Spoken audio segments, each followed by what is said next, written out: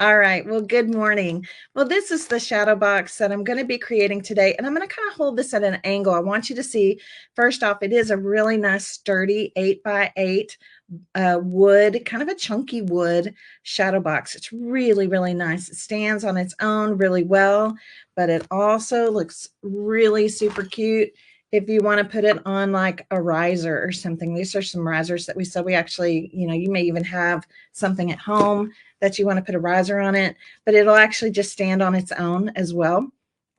And then we're using this beautiful little house cutout, this little shiplap house cutout. And you'll see everything is going to be dimensional. And this is the hard part. It's a little hard for dimension to show through a camera. Okay. But I promise you, when you get this, when you start working on your kit and you see it, you're going to see all the beautiful dimension. So we have dimension because our house here is popped up, but we also have dimension because we're going to, our beautiful flowers here, they are also popped up. And again, a little hard to show on camera, but it will be so beautiful when you actually see it for yourself. Okay, so this is what the finished piece looks like. It's really beautiful.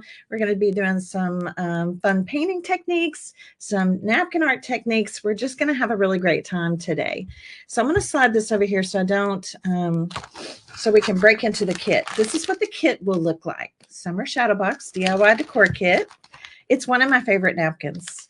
I actually ordered it in the smaller size just for this project. It's one of my favorite napkins. And you guys, I think the reason I love it so much is this, it's got the red, white, and blue feel. So it kind of has that patriotic feel, but it's very summery. The napkin in the back feels very picnic-like, right? Doesn't it remind you of a picnic tablecloth? And then I just love the flowers in the jars. So to me, I just think it's perfect for a great summer project. It's going to look good with your patriotic decor. It's going to look good just to have it all season, all summer season. Okay, so let's break into our kit here. And let's see what we got. All right, you ready to see what we got? Mary, I like that too. I like things that can cross over and not just be out for just one holiday, but can kind of really fit the whole season. So this is the chunky shadow box I was talking about. You will have a piece of paper in this. This is not just for packing. This we're going to actually create with. So don't toss this. Don't toss this. It's a white piece of cardstock. We'll get to that in a moment. This is your wooden shadow box. You're going to have a couple of Jenga blocks. Yes, Jenga blocks. Jenga blocks make really great risers. This is what we're going to use to pop up our house, and they're very sturdy. So a couple Jenga blocks, I actually create with those all the time. So if you happen to be at like the dollar store or somewhere, or Walmart or Target, wherever, and you see these Jenga blocks, they're really fun to use to create with. So you might want to pick one up. This is the little shiplap house that we're going to be using inside of our summer shadow box. And you're going to have a little bag of goodies here. This is ribbon, jute. There's also a little red button in here and a little bumblebee. I don't know if you can see him, but it's flying around in there. So that's your little kind of little goodie bag. You're going to have this napkin, which is, like I said, one of my all-time favorites. It's, believe it or not, I started the napkin club how long ago? 4 years ago, 2020, 4 years ago. And this is one of the styles of napkins that I had, but it was the larger, the luncheon size. And so I was so excited to find out that I could still get this image in the beverage size, which is perfect for our project. So it's definitely one of my all-time favorites. I just think it's so beautiful. And obviously the rest of the world does too, because it's, it's still out there being circulated. And then our lovely our picnic kind of tablecloth looking napkin. You'll have a full napkin of both of these in case we have an oopsie or something you need to have some extra. And this is the shadow box. Again, it's 8x8 and really good solid construction. I think you're going to love creating with it. It's going to stand on its own very easily, but it also would look really pretty on a riser. Okay. So thank you. Yes, trying to give you everything that you need. Now, the things not in your kit, that's what we're going to talk about next. What's not in your kit is going to be paint. So let me tell you the paint colors that I used. And then these can be paints from your stash if you have similar colors. That's completely fine. So one of the colors we're going to use is called Starstruck. This is my favorite kind of navy blue. This is chalk and mineral based paints that we carry in my shop because I love these paints and I use them on everything. However, if you have a navy blue or a blue that you want to use, I mean, you're welcome to do that. Okay. So I use this beautiful color called Starstruck. It is back in stock. We have it available if anybody's interested. And then the other color we're going to use is white. And the pure white from the paints that I carry is called Simplicity. Okay, so Starstruck and Simplicity. That is what I'm going to be using today. I'm also going to be using a crackle medium. This is my favorite crackle medium. Again, it's made by the same people that make the paint Country Chic. It's an awesome crackle. If you already have a crackle medium in your stash, definitely it's fine to use that. You'll get to see my technique with this one today. Okay, so those three elements. And then Mod Podge matte. I'm using Mod Podge matte. That is the yellow label. I really like the yellow label, the Mod Podge matte, for napkin art. Okay, some of you may have the glossy, which is kind of a reddish orange label. I'm not a big fan of it. It has a tendency to stay sticky and tacky even after it's dry. So really, for wood pieces, working with wood, I really enjoy the Mod Podge matte with napkin art. I just think it works best. And we have a couple different sizes of Mod Podge in the shop if you're interested in those. You're going to want a little piece of, you're going to want like sandpaper or a sanding block, something along those lines. Let's see. What else? What else? What else? Hot glue. Hot glue, right? Glue gun. Hot glue. And then I am going to be using some foam tape today to, when we get ready to layer our napkin art, you can see that this is kind of, it's foam, but it's sticky on both sides. So I like to use foam tape. You might have something called pop dots. Those are fine to use too. We're going to layer up some of this foam to create some dimension behind our pieces today. Okay. Now, the other thing I'm going to use, which is somewhat optional. Okay. This is somewhat optional. We are going to napkinize some paper today. So not only are we going to napkinize, we're going to napkinize over wood. We're going to napkinize over crackle medium. We're going to napkinize on paper. So you're going to see a few different techniques today. And when I napkinize on paper, you guys, my favorite way to do this is with the iron-on method. Okay, this is not a have to. This is just my preference. So I'm going to show you how to do this with the iron-on method today. But you could just do the traditional Mod Podge, put the napkin on, let it dry kind of thing. Okay. So yeah, I think it's regular paintbrushes are fine. These are what I'm gonna have my little stash over here. Just plain old paintbrushes are fine. I don't generally like using the foam brushes. You know what I'm talking about? The black foam handle brushes, because for whatever reason, I think it's something in the Mod Podge. It can cause the foam to disintegrate a little bit, and you get little black specks on your projects, and I don't like that. Okay, so yeah, regular paintbrushes are going to be fine. So we're going to start off today in kind of an interesting order because we are going to be doing some different techniques, and because of dry time and whichever, I'm going to go ahead in the order that I suggest you create in, because it's going to save you a little time, because you can be doing different steps while other things are drying. So we're actually going to start with the paper today. Okay, are you ready? Okay, we're going to start with the paper. Some of you pre-ordered your kits, so if you're crafting along with me, I would love to know that. Tell me in the comments if you're crafting along with me today, or if you're here watching, you're going to soak up all the knowledge, learn these techniques, and you know, that is awesome too, right? That's why I'm here. All right. So yeah, this is going to be a really, really fun project. So how we're going to start today is with some Mod Podge. And again, I'm using Mod Podge matte. I also enjoy Mod Podge matte for paper, for creating napkinized paper. Okay. Now there are some caveats to that because it depends on the type of paper. This is a 65-pound white cardstock. 65-pound white cardstock. You can easily find it. It's actually half a sheet of 8.5 by 11 paper because that's really all that you need for this. So what we're going to do first is I'm literally just going to paint on some Mod Podge right on top of this paper. Okay. I'm not going to pour out my Mod Podge just yet. I'm just going to dip my brush in, and we're going to add Mod Podge on top of this white cardstock. Okay. All right. Pat's watching today. Awesome.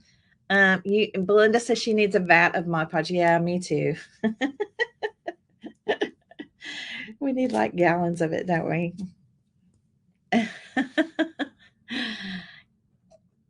Debbie says she's being a sponge today. That's good. It's always good to watch and learn, kind of soak up the learning. I feel like you really retain the learning better if you're not trying to do it all at the same time.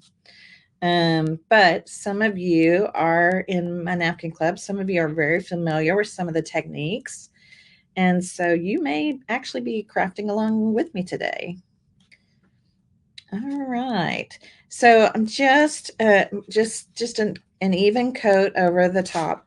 I do want you to kind of lift it up and look at it. It's easy white on white to miss a spot. So I'm just going to kind of hold it up in the light. I do see one little area right here. And we're just going to make sure we have a nice thin coat over the whole thing. And then you guys, we're just going to set this aside to dry. Okay. Well, you could dry it with your heat tool. That is correct. But for today, like I said, I'm kind of staging things out. We're just going to set it to the side, let it dry, and we're going to work on another step. Okay. Yes. Patty says, I actually forgot to order this kit. Well, that's okay, Patty. We still have kits available. No worries. All right. So bye-bye paper. Everybody say bye paper. We're just going to slide that over here. I'm just going to slide that over here. Don't worry. Paper will, anytime paper gets wet, moisture of any kind added to it, it's going to kind of bubble and curl. That's natural, normal. It's not going to affect our end result. Okay. It's not going to affect our end result. All right. So what we're going to do while that is drying. All right. Like I said, I'm kind of staging things out today is we're going to do some painting. Okay. We're going to do some painting.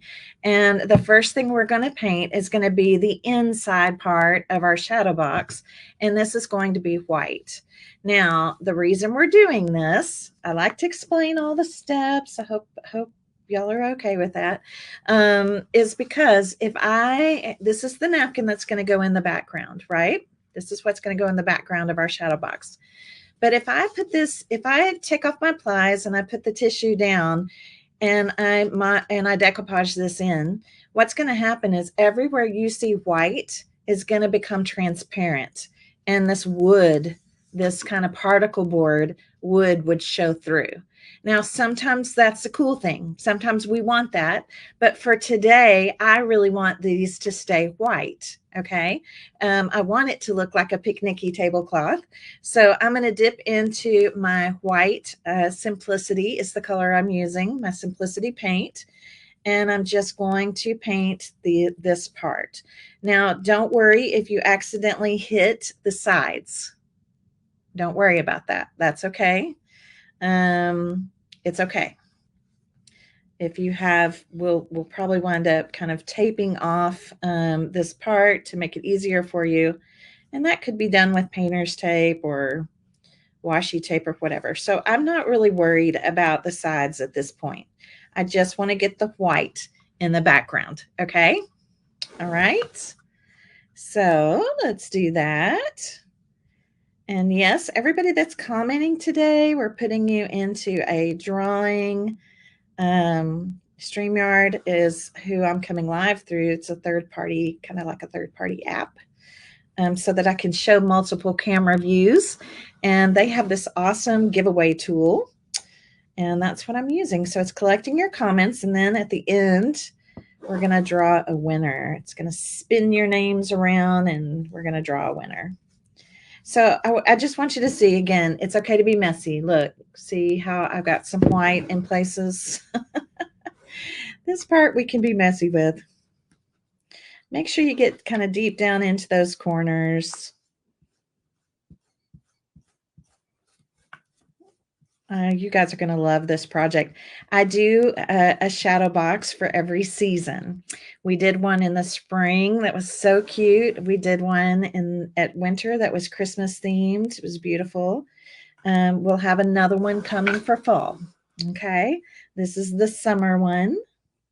I love seasonal decor. And I try to give you, with these seasonal projects, I try to make it, I'm trying to make it something that can stay out all season. So it's more seasonal rather than themed by holiday, other than the Christmas one. But this year, the winter one will be a different. So yeah, we did a Christmas. Oh, we did a winter too, didn't we? Yeah, we kicked this off with Christmas, but we did do a winter one. It was snowmen. It's really cute. Okay.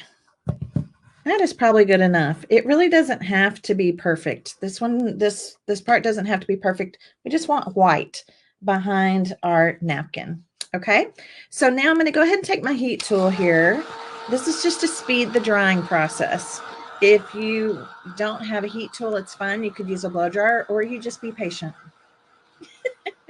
You just be patient and let the paint dry. I'm not a very patient crafter. Am I alone? Is anybody else an impatient crafter? I'm not a very patient crafter. I always want to hurry up and move to the next step. There we go. We're just drying this up. I'm working from home today, by the way. I'm in my home studio. I generally, Wednesdays for me are what I call my creative days. So I'm working on future projects I'm teaching in my private membership groups, those kinds of things. And today I'm including in this class. So that's why I'm here at home. All right. Okay. So again, looking good. Look, I was messy. It's okay to be messy. Just showing you it's fine. It's gonna be fine. We're gonna make sure that this is good and completely dry before we move on to the next step. I'm gonna go ahead and put away the white paint. And another tip for you is if you know you're going to use your brush again, and I will be using the white paint again. So if I don't want to like get up and go clean the brush out or whatever, this is a great tip. I just wrap it up in a wet baby wipe, and it keeps my brush moist so I don't have to worry that it's going to dry out before I use it again. Okay. So that's a fun little tip for all of you. And it works great. Okay, we're going to let this dry a little bit longer. Okay, we're going to let this dry a little bit longer, and we're going to paint our house. All right, we're going to paint our house. So again, kind of staging everything out for you. All right, let's move this one out of the way. We're going to paint our house. Now, our house, let's look at the sample. This is my my project that I finished already. Okay. Now I want you to see, we're going to crackle this. So the house will become more white, but if you'll look at what's showing beneath the cracks, look what's showing in the cracks. That is that beautiful starstruck. That is this color, this beautiful starstruck blue. So that is going to be our first coat of paint. Okay. All right. Ugh. See if I can get the jar open. Sometimes that's feet. I probably have enough in my lid, actually. Isn't that a gorgeous color? I love this color. So I'm going to move into another paintbrush here, clean paintbrush. And we're just going to paint this beautiful blue as a base coat on our house. You don't have to paint the sides. We're going to dry brush some of the white on the sides at the end. The sides are already kind of dark. These are laser cut. And we're just going to paint over this, just a nice base coat of this beautiful Starstruck blue. I love it. Super simple, super easy. Just a nice base coat. See the coverage? The coverage is always so good.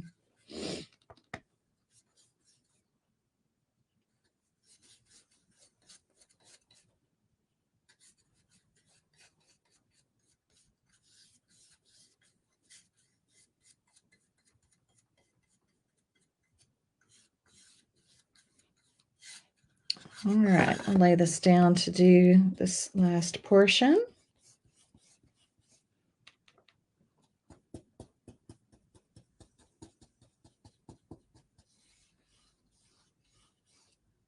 And don't worry about the little shiplap valleys, because we're going to crackle this. A lot of the valleys are going to kind of disappear. So it's fine. Just paint over everything. You don't have to go back and clean out the valleys or anything like that. And one coat will work. One coat will do it for this, right? Isn't it pretty? Yes, it really is. It's such a beautiful blue. Now we're going to leave our blue paint out. Let's go ahead and dry this real fast. This won't take any time to dry.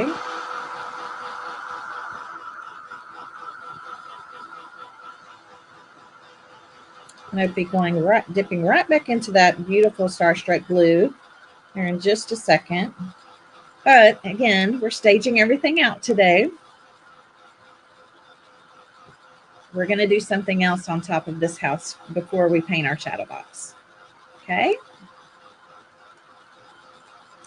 Yes, and it's okay. It doesn't have to be like a perfect coat. This is what the color that's going to show through the cracklage.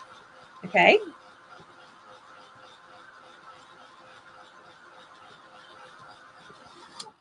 And yes, absolutely, Mary. You don't have to do the crackle medium if you don't want to. You could even dry brush the white over the top. The crackle is just an option. Okay, so this is my crackle medium. Everything I show you is optional. You can definitely go your own way with these kits.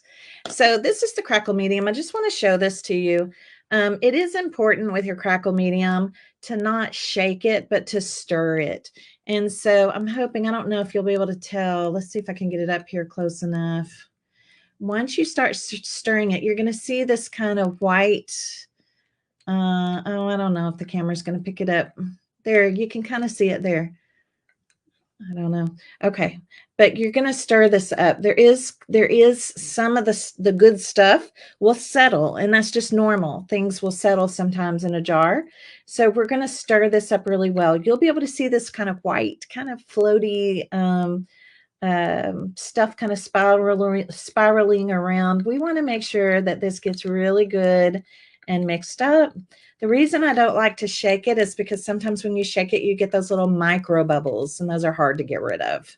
Okay, so I'm just stirring this up. I'm just using just a little skewer. You could use a popsicle stick or the end of a paintbrush, and it's all good and mixed now. Let me put this over here, and I'm going to take yet another brush, and we're going to brush the crackle medium on. All right, so when I do this, this is important. I want you to know it's going to look really wet, and that is a good thing. We want it to look really wet. Don't skimp on this. It'll look really, really wet as it goes on. This is not when you see the crackle. All right, this is not when you see the crackle. We're going to put the crackle medium on, and we're going to allow it to dry. Okay. I like adding the top coat, okay, which will be white. The Simplicity paint will be our top coat. I like to add my top coat when the crackle is dry. All right, because you get less of something that I call drag. Sometimes if places are still kind of wet or tacky, when you put the paint on, it kind of pulls and you get this streaky kind of look rather than a crackled look. So you can see that it's very nice and wet. It does not matter the direction that you put this on, doesn't matter the direction that your paintbrush goes. It will matter the direction of your paintbrush when we put the top coat on. That is when the crackle happens. Okay, that is when the crackle will happen. It only happens when you put the top coat of paint on, and that's the reaction. It's a reaction that happens between this medium, this crackle medium, and the paint. Okay. Yes, it's got a long shelf life. Yes, very long shelf life. Just make sure you mix it up. Okay. So once again, I'm just going to kind of wipe this off my paintbrush here. Once again, we're going to set this to the side and let it dry. Okay, we're staging things out. I'm showing you how to stage some things out because it's going to save you time. It's going to actually save you a lot of time. Okay. All right, so we're still painting with this color. We're going to keep this color. We're going to move this to the side. All right. Okay, off you go. Whoop, here. Right there. Okay, so that's off to the side, and we're going to come back to the shadow box. Here we go. All right, we're going to come back to the shadow box. Whoops, did I get paint on my face? I think I got crackle medium on my face. That's okay. It'll just blend right in with the wrinkles and all the things, right? Okay, so now what we're going to do, our white paint is really good and dry now, okay? So this is where if you feel like you have a shaky hand, if you're a messy painter, if you're not a messy painter, it won't be a big deal for you. But if you do feel like you're a messy painter or you have kind of a shaky hand, take some painter's tape, even washi tape would be great for this. And we're just going to come in and kind of tape off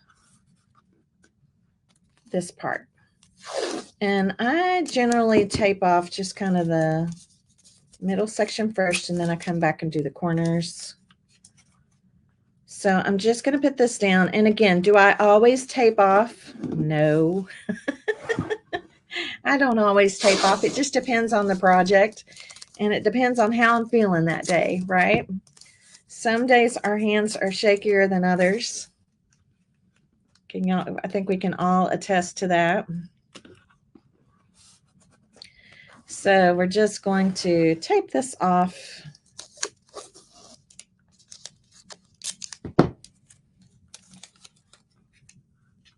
And then we're going to relax and paint. We're just going to relax and paint. Okay, so you can see that I have kind of everything but my corners. So when it does come time to do my corners, that's when I pull my scissors out and I kind of give myself a good straight cut. The other part can be torn. And then I just pop that right into the corner. Okay.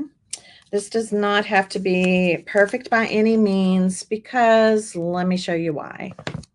I'll show you why in just a second. Let me get these in here. So if you do want to use tape, obviously you can. If you want to go at your own, you can do that too.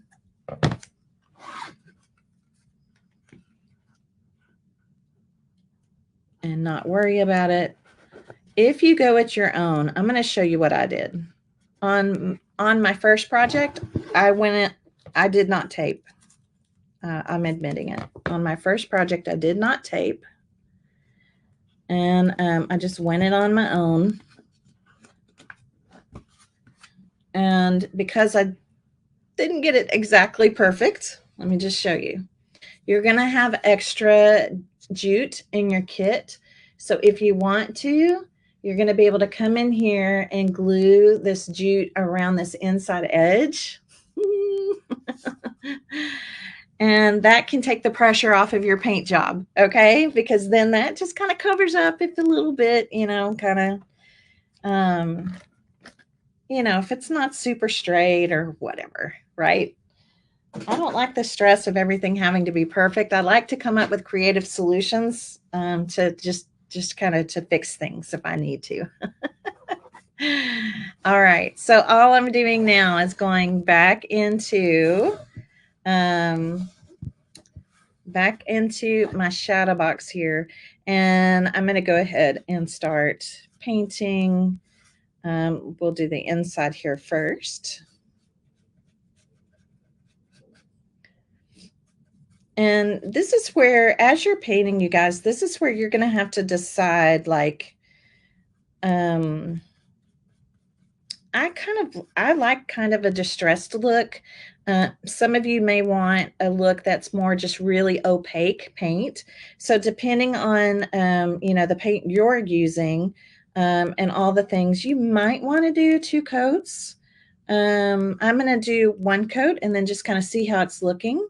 I'm going to show you something really special about these chalk and mineral based paints when it comes to distressing them and all the things. So we'll be doing that after our paint is dry. So now for the next few minutes, we're just going to paint. Okay.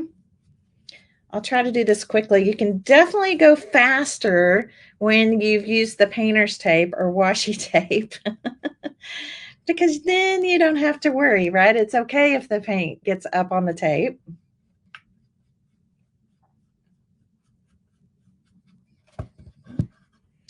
We don't have to worry about that.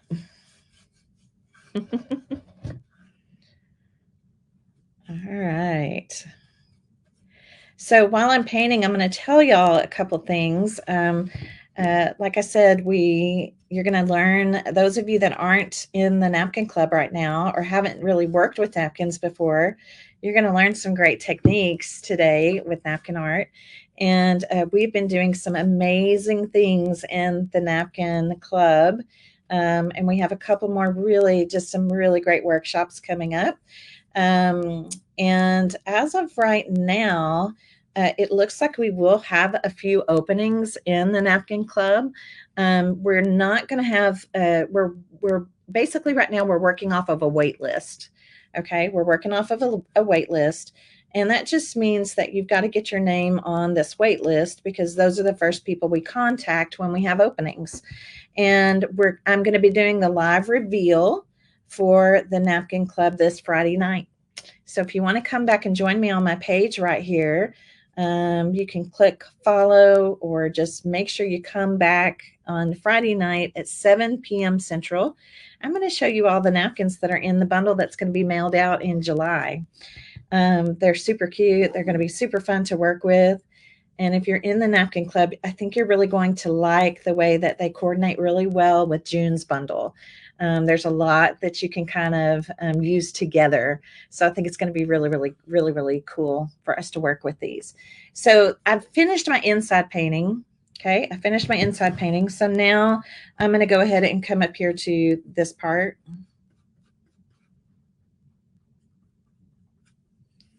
And again, I plan on doing a little bit of distress on mine. So I'm not going to do 2 coats. I really don't think I'm going to have to. We'll watch it.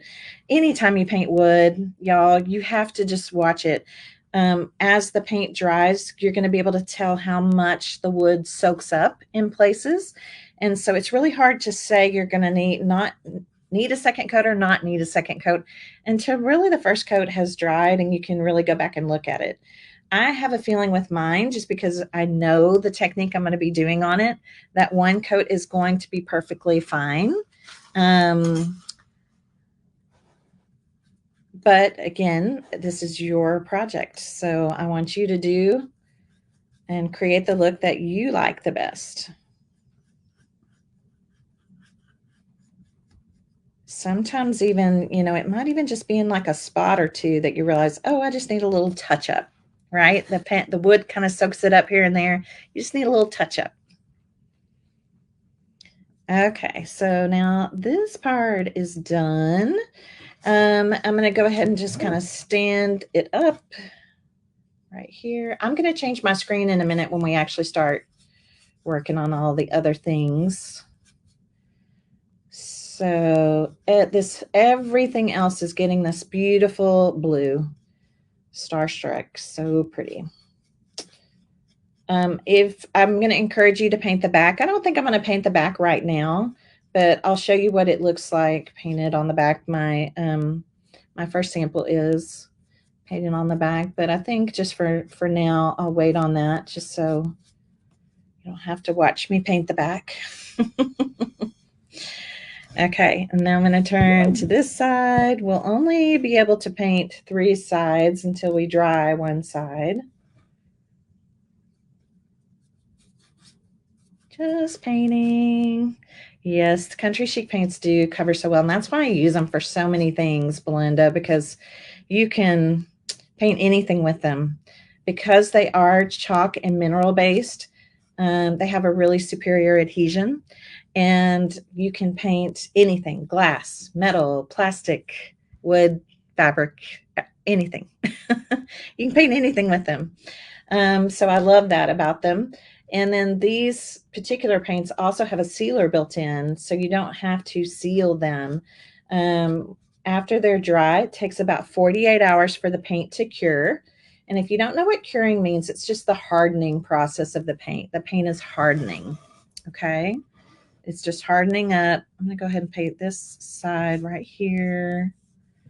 So they're awesome, especially for people like me and some of you that like to repurpose, like, find old things and give them new life. It's great because, you don't have to do a lot of prep on removing whatever was on a piece or stripping a piece or anything like that, because the chalk paint will bond on anything. It will bond to anything. So it saves a lot of time. And it's just beautiful. That's a beautiful finish. Okie dokie. Let's see. My inside part's pretty dry. That's the other thing. It actually dries faster than acrylic paint. I don't know why. I'm not really sure why. I think it has less water in it, maybe. Even though it is water-based. All right, we're almost done. And then I'm going to dry the sides real quick and then turn it over, just so that way we can have this all done.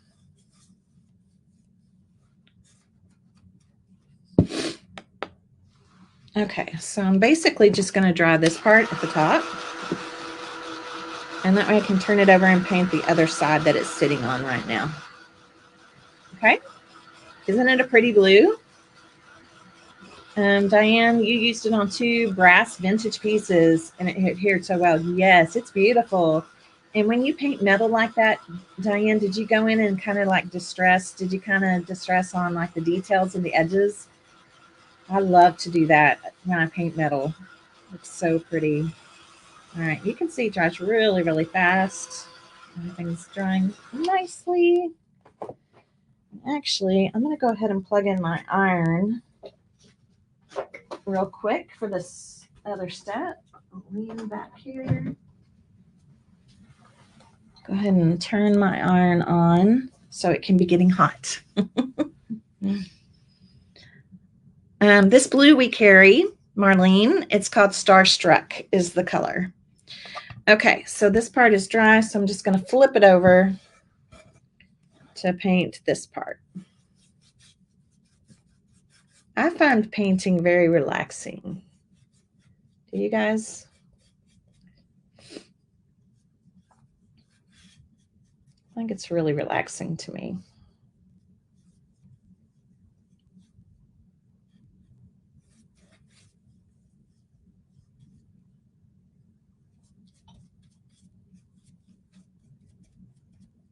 The other thing that's kind of cool about this paint is it self-levels. And again, I think that just has to do with the consistency of the paint with the chalk and minerals, but it self-levels. So that's kind of nice for those of us that are a little bit more messy painters. Okay, I'm going to turn this now on its back. So I have not painted the back. Should I just go ahead and, well, I haven't painted the back yet. I'm just going to go ahead and paint it. I'm going to go ahead and paint it. It's not going to take me that much time. Let's just do it. And then I don't have to come back to it. And for whatever reason, I'm using a smaller brush. What's wrong with me? I should be using my bigger brush. It's just the paintbrush I picked up. Bigger brushes paint faster because you cover more area.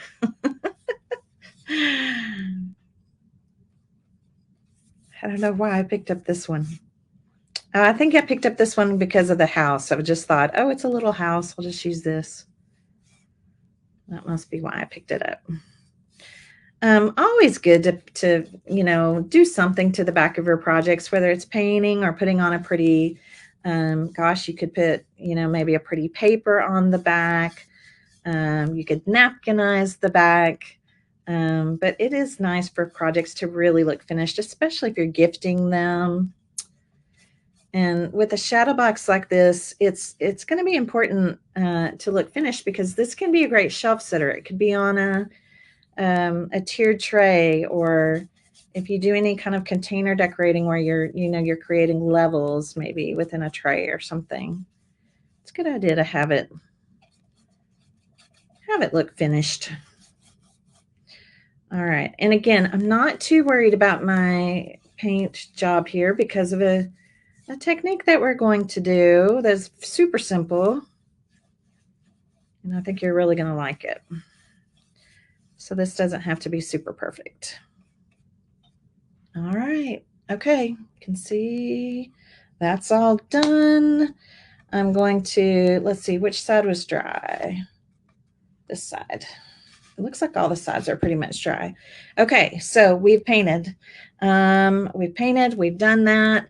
We don't really have to do that anymore. I'm going to wrap this brush also up with my other brush and my baby wipe, just in case I need a little touch up here or there. So I'll do that.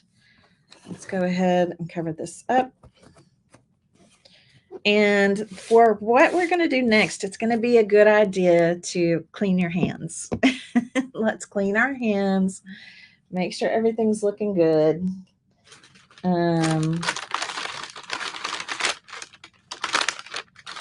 We'll come back to painting here in a minute, but I'm going to go ahead and clean my hands real quick. Okay.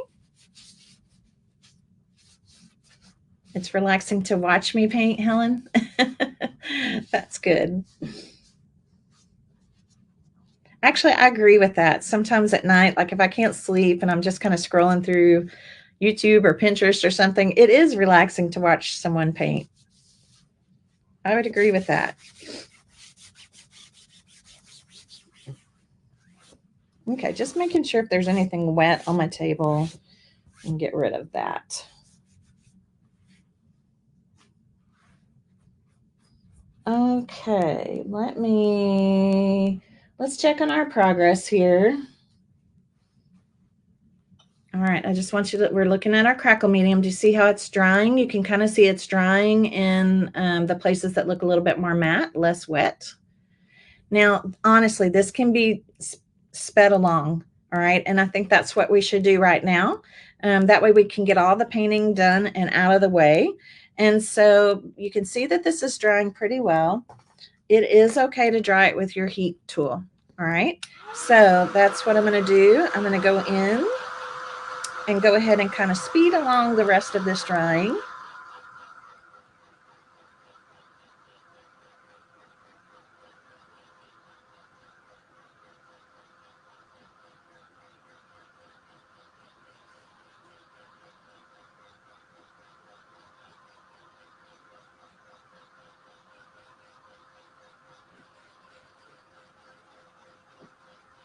Sweet. See the difference?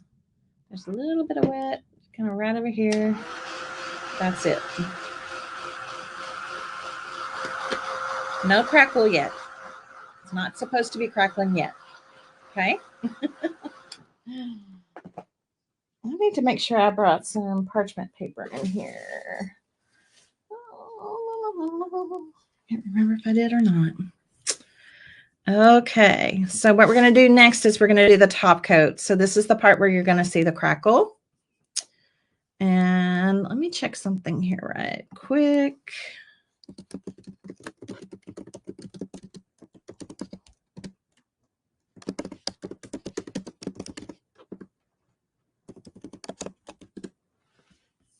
Okay.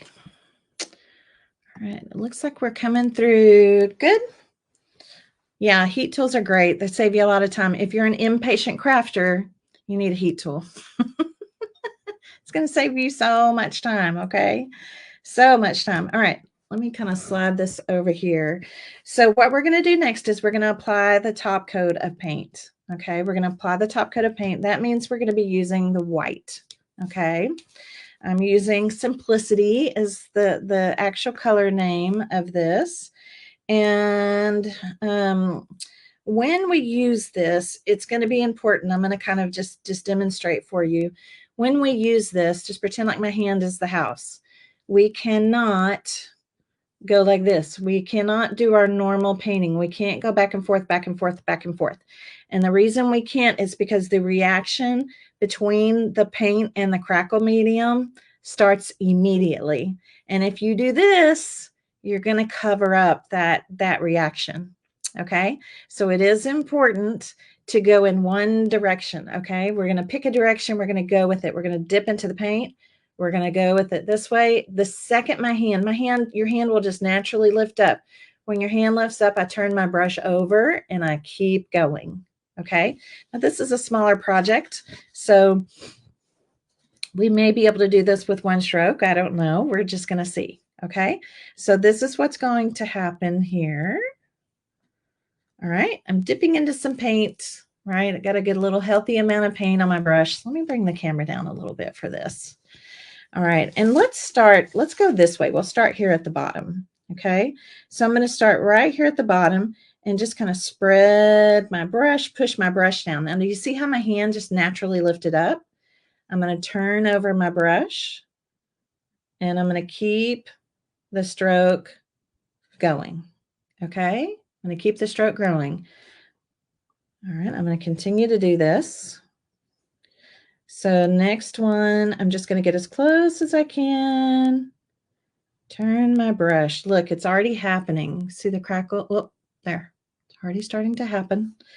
Now, depending on the size of the cracklage, I've noticed with all of my years of crackling, and I am crazy for crackle. I use it a lot. That generally the thicker the paint, the bigger the crackle or cracklage. The thinner the paint, the thinner the crackle or cracklage. I like it when projects have both. Okay, I like it when projects have both because to me that looks more like something naturally aged. And then I want to talk to you about these little paint ridges. Let me go ahead and complete this. Let's get this all the way across. Don't worry about the sides. We'll touch up the sides later.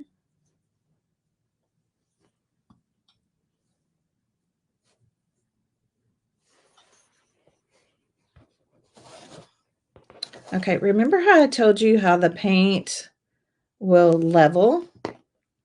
Okay, remember how I told you that? Okay, so you see all these little paint ridges. Look at the crackle. Do you see it starts immediately?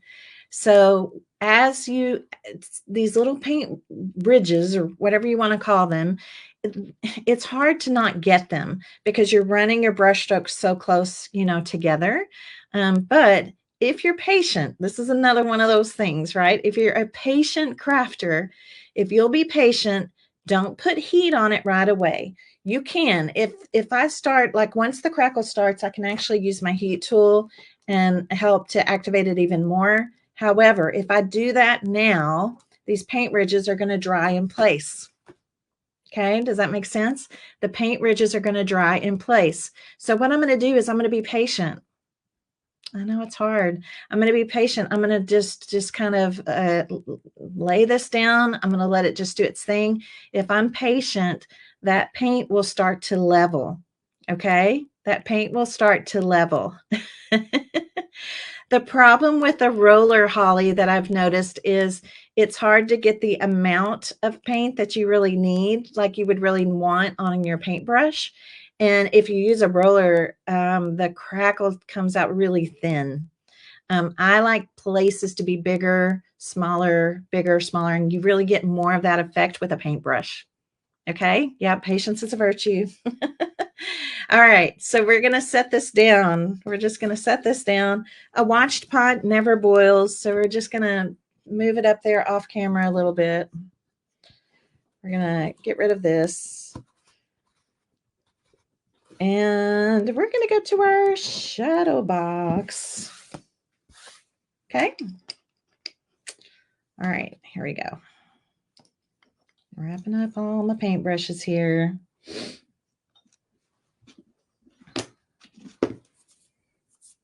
Nope, now I've got white paint on. I'm so messy. I'm so messy. All right. I think my baby wipe's still wet enough. All right. So I'm going to come in. I'm going to try to clean up my hands a little bit. That's the last of the painting. So you'll be happy to know that's the last of the painting. Sometimes I use just a mister to get my hands wet.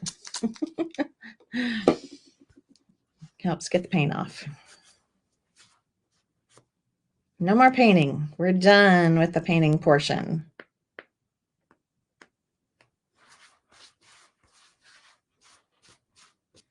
All right, that should be good enough. Okay, so we're going to go back to our shadow box, which now is looking really nice. And we're going to give it a once over. We're just going to kind of look at it. Does it look, did we get enough coverage? Is there anything we need to touch up? There's a little bit on these sides, but because of what I'm going to do, I'm okay with it. I'm going to leave it. It's looking pretty good. All right. So I'm going to do a little bit of distressing, and I'm actually going to do it before we remove the tape. Okay.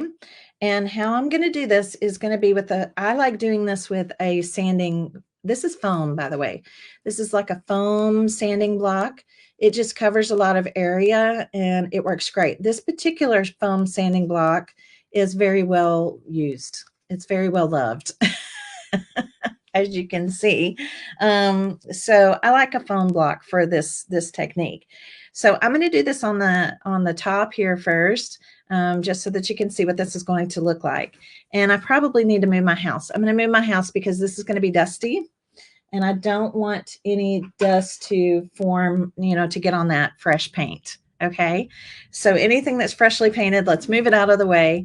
So I'm going to take this and I'm going to just sand. Now remember this, I'm using a chalk and mineral based paint. So what happens is it's got this kind of chalky residue, but when you buff it, which is what we're doing, this is like a light sand. I'm not trying to get, that's why I like using this one, because this one's pretty worn out. Right? It's almost like we're buffing it. So kind of a worn out sander, not one that's real gritty, just kind of a worn out one. And do you see kind of what's happening on the wood? Or on the paint, I guess I should say, on the shadow box? I love it. So we're kind of sanding through. And what happens is we get this really almost like a velvety smooth feel, and that's because of the chalk and the minerals in the paint. And to me it almost looks like denim. Okay, it almost looks like kind of like a denim. It's just really a cool kind of look. Now we're going to do all of this. We're going to do every single part. It's going to be very dusty. We'll come back and we'll wipe it down. Okay, but we're going to do all of it. Okay, so it's just a really kind of a neat finish, and it's such an easy thing to do. If you're using sandpaper, use a very, very fine sandpaper. Now, if you go in one direction, you're going to get these, what I call striations. I like that. I like the striations. I'm not trying to get rid of those. I actually like those. So you'll especially get that when you're going with the grain of the wood. And then we're going to do a little more distress here in a minute, but you're going to see this is going to get very dusty. Okay. All right. Just gives us a nice kind of a fun, worn look. This is why I didn't really need to have that double coat of paint. Okay, and again, it's just so, oh, I can't wait for you to do this and actually feel of it, because the feel is just amazing. All right, back here, same thing. One direction. If you do go two directions, you get almost like a linen or a crosshatch kind of look. I'm just going to go one direction. I love that. We can kind of see that. Like, it's just so pretty. It's so smooth. Super, super smooth. Now you can see I've got fingerprints in here. That's just because I've got this dust on my hands. Don't worry about it. I'm going to come in on the inside. Can you see what I'm doing there?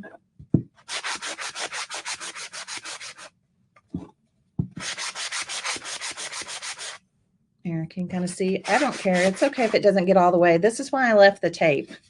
Okay, this is why I left the tape. Kind of protects where my white is. All right. Okay. We're not done yet. I'm going to take a little piece of sandpaper. This is more gritty. This isn't my worn out. This is my worn out, old, worn out sander,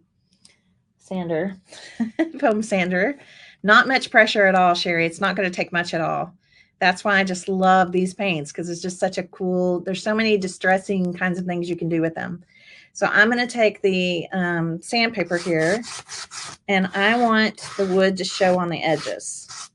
Okay, I think you can see that very clearly. It's going to be very easy. Chalk and mineral-based paints are the easiest to distress after they're dry. Now, remember how I told you the paints are going to harden? There's a curing process. Chalk and mineral paints are they harden. That's why we love them, because they'll go on any surface. If I wait a couple of days before I come in and try to distress this, it's going to be much harder, because the paint will have already hardened. Does that make sense? So if you're going to do any kind of distress, I do it right after the paint is dry, because it's very easy to do right after the paint is dry. And we carry this paint in lots of beautiful colors. And I love working with it. So just going around, and I'm going to do it on every single edge, right? Anything that's an edge, I'm going to sand over. And this is easy. I'm not breaking a sweat over this, okay? This is easy. It's going to be very easy to distress at this stage. It'll be a little harder to distress the longer you wait. And it is dusty, so if you don't want the dust, you could do this part outside. I'm on my craft mat, so I'm going to get a baby wipe here in a minute and just kind of clean up all this dust.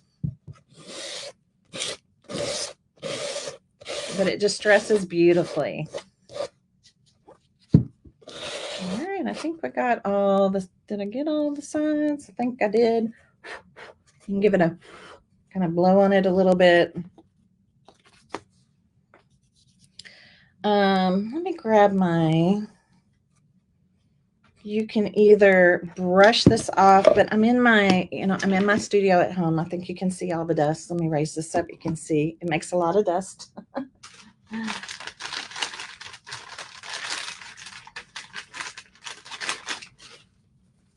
So you can either just wipe it off into a trash can, do it outside, whatever.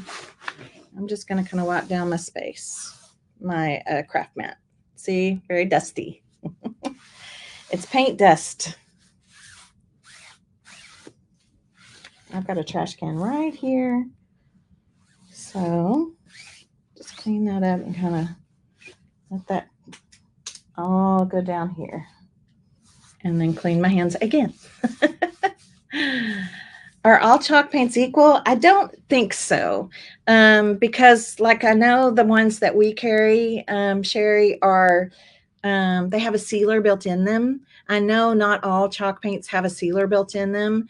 And the ones we carry are actually, they're not just chalk, they're chalk and mineral based. They're great for furniture. They're great for old finds. They have a superior adhesion. That's why I love them so much. I love that it doesn't matter what I paint. I don't have to have like a special paint for special things. Okay. So now here is our box. What I'm going to do next is, if you have like a, just like a paper towel, right? Like a wadded up paper towel, something dry. I don't usually use anything that's wet. And I'm going to come in and I'm just going to clean up any kind of residual dust. Any residual dust. You could do it with, if you're using a baby wipe, it needs to be one that you've kind of squeezed out a lot of the juice out of. Baby wipe juice, wet, whatever you want to call that, because the paint is still curing. So if you use something that's too wet, it's going to actually pull your paint back off, which is another technique, but not one we necessarily want to do with this project today. Okay. But I love the look.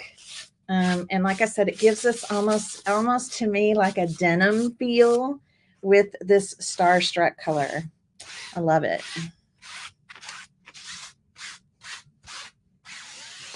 And we're going to remove our tape.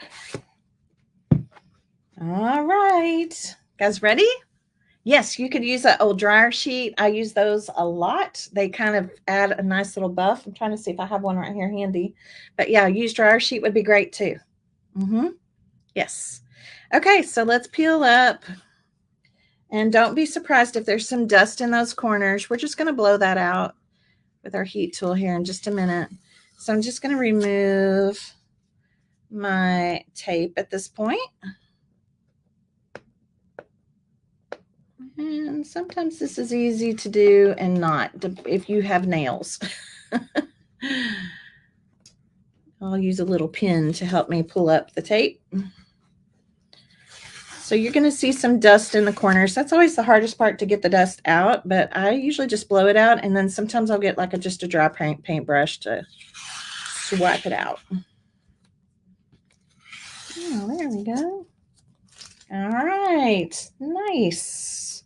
I'm just going to use my heat tool. See if I can get some of that out. You can, like I said, you can use a heat tool. You can come back with just a paintbrush and just wipe out any of that dust.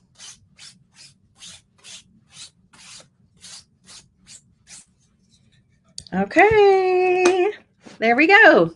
It does look like denim when you leave the kind of the striations in it. It really does look like denim, and it just creates this just amazing look. I love it.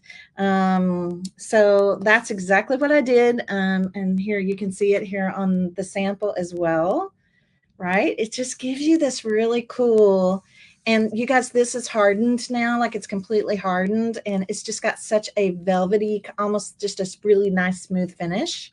It's really beautiful. All right, let's get down to some napkinizing. Let's take a look at our house. Oh, our house is looking pretty good. You can see that some of those ridges of paint have started to level. It's looking really good. All right, time to do some napkin art. Guys ready? Carolyn, this is an 8x8 chunky shadow box, and I call it chunky because it's thick. It's really thick and solid. I have water in this bottle today, and I kind of forgot. So when I took a swig of it, it wasn't what I expected. Normally there might be Dr. Pepper in there, but today there's water in there, so it took me off guard. Okay, you're gonna have a whole napkin of this beautiful, looks like a picnic tablecloth, right? But we're not gonna need the whole napkin. We're just gonna need a square. So you can just kind of cut right along the fold we're going to cut one square off. And we're going to separate this napkin.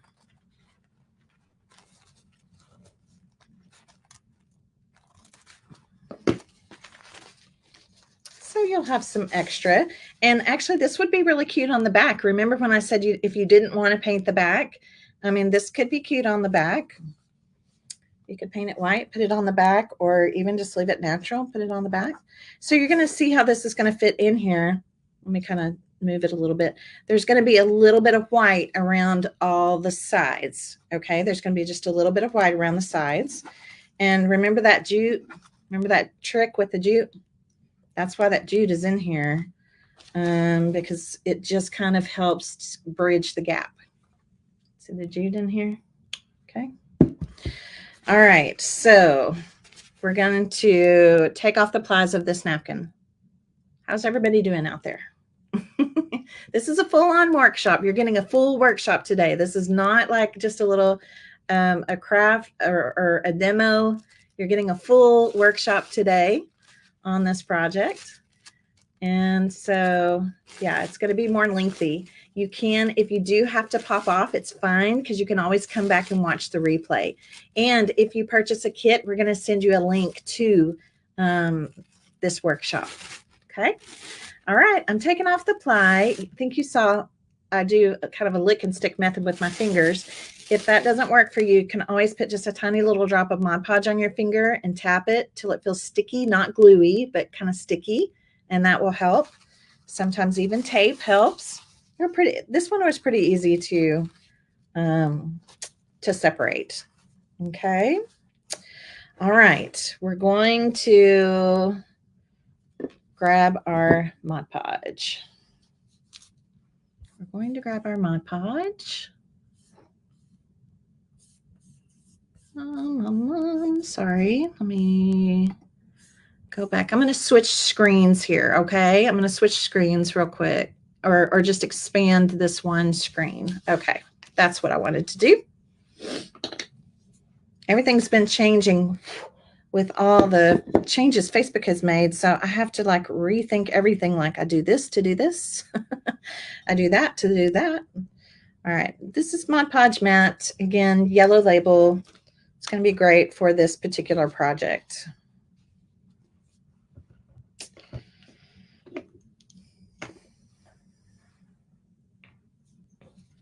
All right, so I have this on my little mason jar plate here, and I'm going to start in the middle.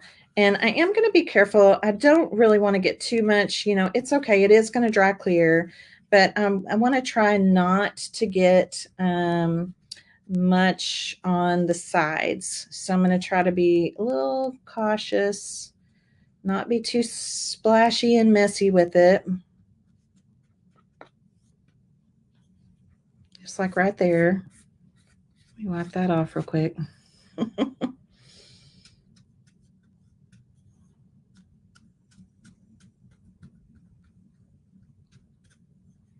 There we go. Yeah, if you get a little bit on, just, I know I use my fingers a lot. I know it's gross, but they're my fingers and it's my DNA, so it's okay.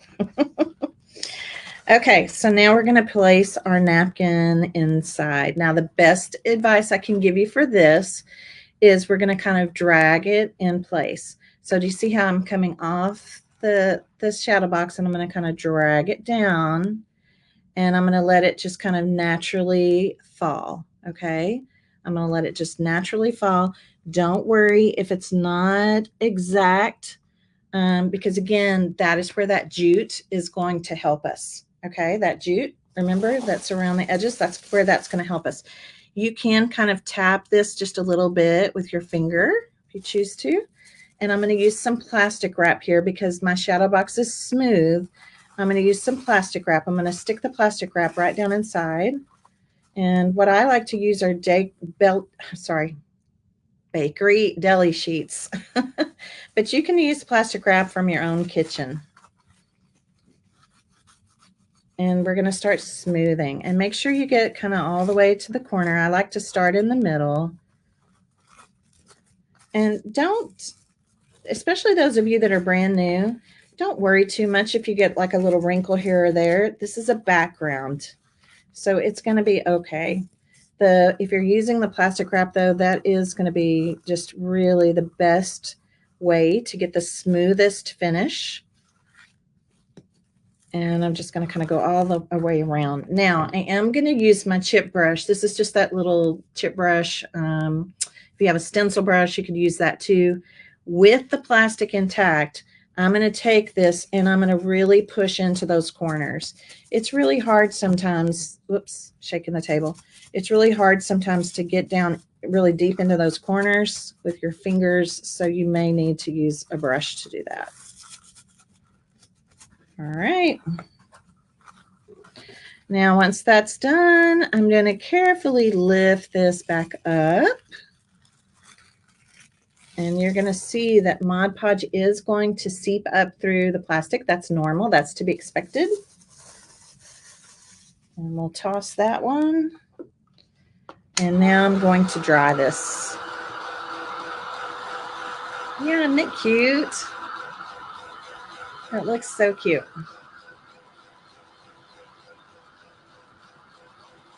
Uh-oh, Mary, you better go take care of that, of your doodle.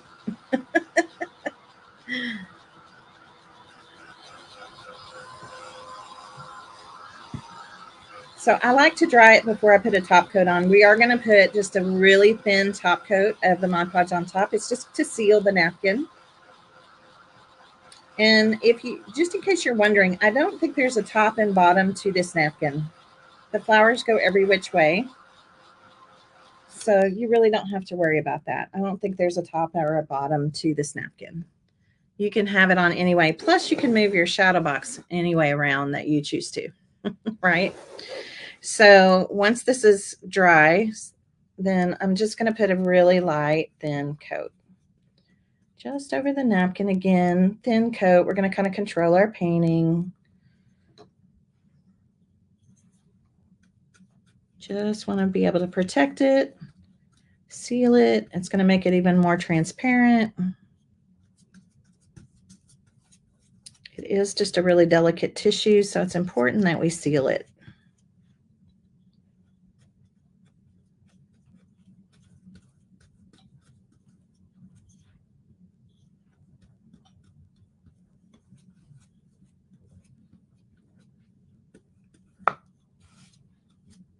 Okay, and then we're going to let this dry.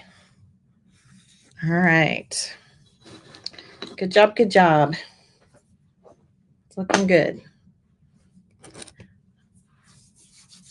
Okay, let's see. Let's go back to our house. So now this is just going to go to the side. We'll just let that dry on its own. Don't worry, we will be coming back to the paper. I haven't forgotten about that. So I'm back to my house now, and I think you can see that, yeah, we have maybe just a little bit of ridges, but not, I mean, not anything like it was before. So now I am going to take my heat tool, because even after it's somewhat dry, I can actually get a little more of a chippy look by applying some heat to it. So notice I'm keeping the heat really, really close, and it almost gives me that kind of that chippy look. This is optional, but you don't have to do it. And this is also going to help you see where the paint is thicker. That's where the crackle gets thicker. And like I said, I really like projects that have a little bit of both.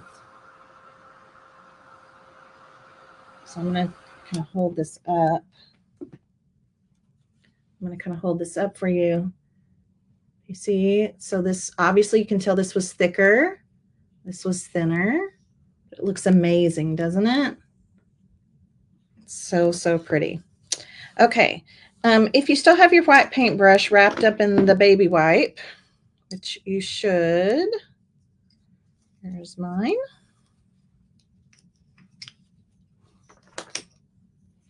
I'm going to go back to the white paint This is just super simple. And just dip it into the lid even. It could just be dipped into the lid. We're really going to do more of like a dry brush. You don't need much paint at all. I'm going to dry brush the sides. It doesn't have to be completely white. I just think it looks best if there's some paint on there. And that way, if you did have any like drips or anything when you were doing your painting your crackle, painting over the crackle medium, it just blends everything in. So still kind of a distress, just a quick little dry brush.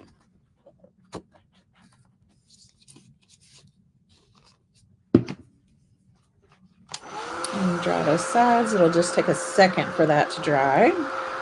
And then we're going to add some napkin art onto our house.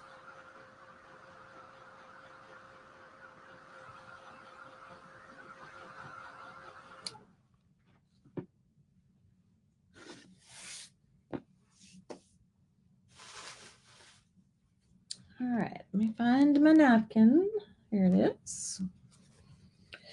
So we're going to do napkin art in two ways. I'm going to go ahead and put this on the house because it is a shadow box and we are going to raise some things up. And sometimes you can see those raised, you can see underneath those raised areas. So, and I also want you to see how the napkin looks on the crackle. So this isn't like an absolute have to, but we're going to just because it's going to look kind of cool. Now, do you see this red line on the napkin? We're going to cut kind of close to that line and don't cut over it. We're going to keep the corner. All right, we're going to have this right here.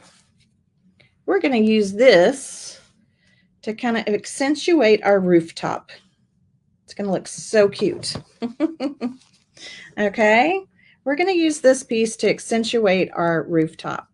And if you want to, you can even, if you don't want to mess with sanding, then we're going to cut a little bit off the excess edge here. Let me cut this and then I'll show it to you because then you'll be able to tell. But it's going to make a great little detail on our house.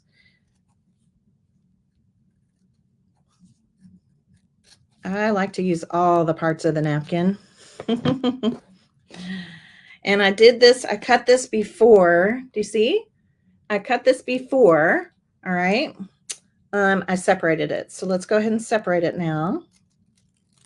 One ply. This napkin has 3 plies, which means we've got to remove 2. There we go, to get just that top tissue. Okay, so don't worry about cutting this off just yet. What we're going to do now is we're going to go into our Mod Podge. Let me bring my camera down here a little bit. There we go. Can you guys see that okay? Okay, so I'm going to bring in some of this Mod Podge. And we're going to wind up going over the whole house. So don't worry. It's not like you know, have to have it. It doesn't matter if it's outside of its area, I guess is what I'm trying to say. All right, so we're adding some Mod Podge here. And we're going to start with this part of the roof right here. Okay, this part right here. And then just kind of follow the roof line down. And same thing here. We're going to follow the roof line down. Start at the top. And then let's follow it down. Now, because we've got quite a bit of texture going on this, I'm actually going to use my chip brush for this. You could still use the plastic wrap if you want to. But I want the napkin to get in all those crackled areas, right? All the little nooks and crannies in the crackle. And so cute. Okay, so now then, I'm just going to cut these off. And then I'm going to put one on the chimney.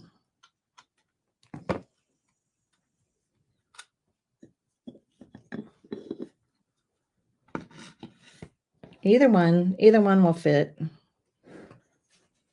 Oops, I just dropped my whole brush into the Mod Podge. Oh well. I'm going to put a little bit right up here. along the top edge of the chimney. So cute. Just sometimes it's these little accents. Here, let me pounce this first. That just such little charming details, right?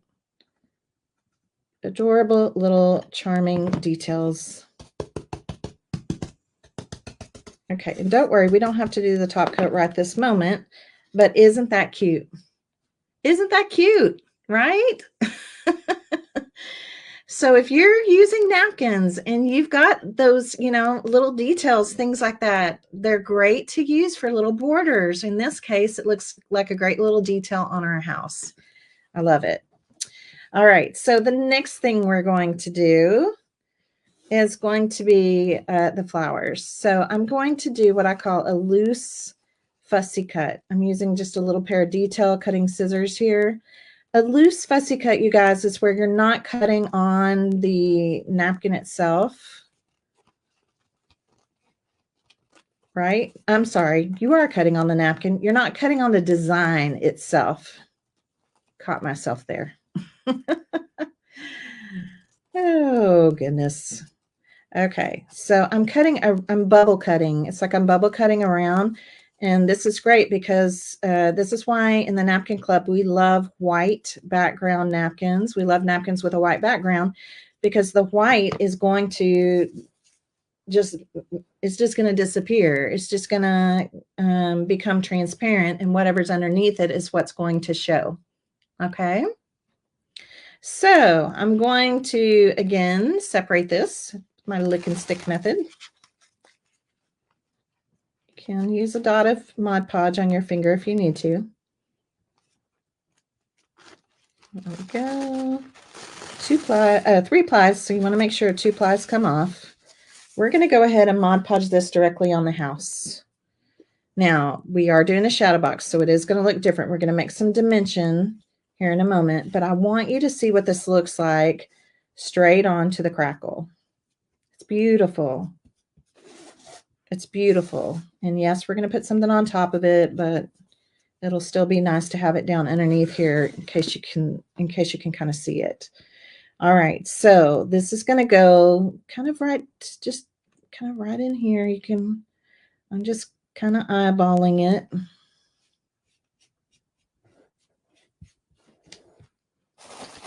And I'm going to go ahead again. It's fine. You can use either your chip brush or your plastic wrap, especially this crackle it's not like this crackle is super deep, but either option is going to be just fine. Okay, so whether you do this or you do this, it's going to be fine. Look how beautiful that is. So I just want you to see what it looks like. You're going to see the crackle coming through. You don't see the white of the napkin at all, right? You don't see the white of the napkin at all. It's so pretty. So pretty. Okay, we're going to move on. Actually, we're not going to move on. We're going to dry this right quick, and then we're going to move on. And I think I might have forgotten to put parchment paper in here. With the iron-on method, I like to use parchment paper, so I might have to run in my kitchen real quick. But that's okay. It's just right down the hall. So let's dry this, and then we're going to just do a top coat, a quick top coat. It's gorgeous. Even if you stopped right here, it would be gorgeous. But of course, I can't stop right here because I'm making a shadow box, and to me, a shadow box needs depth and layers, right? That's the whole point of using a shadow box, because you get all these interesting depths and layers. So we're going to go ahead and do that. And I'm going to run into my kitchen and grab a piece of parchment paper. Okay, so if you need a potty break, this might be the time. Go run to the potty. I'll be right back. I'm going to leave the camera on. Yeah, it's going to be great. All right, I'll be right back.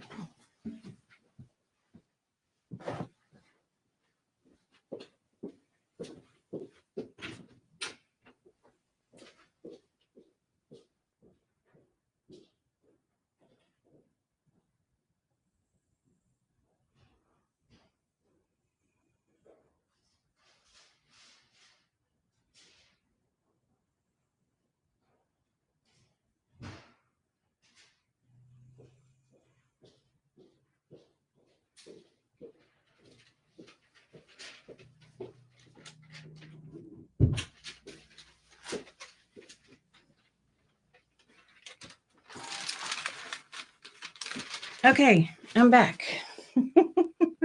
Yeah, cute commercial, but I'm back now. Sorry about that. I ran into my kitchen to grab a piece of parchment paper. Parchment paper comes in white or brown. This one just happens to be a brown sheet. But we're going to use some parchment paper today because I'm going to show you the iron-on method. Giving you lots of fun tips and tricks today. So I'm going to move our little house out of the way. Again, we're going to move it over here so it can be drying.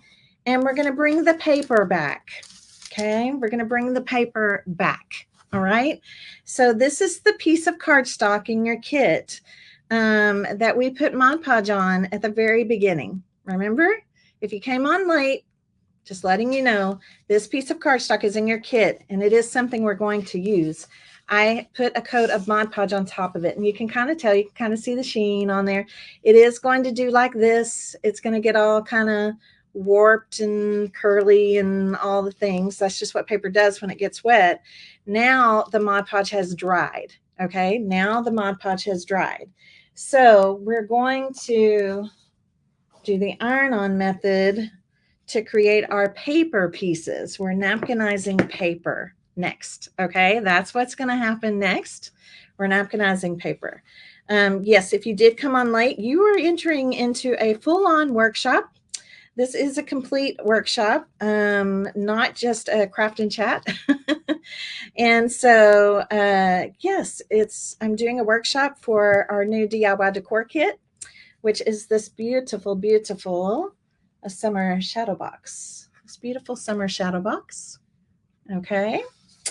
All right. And if you do get a kit, just remember we will be sending you a link to this video. So this is your workshop, and you can go in and watch it, fast forward to the parts you need to see and all the things. Okay.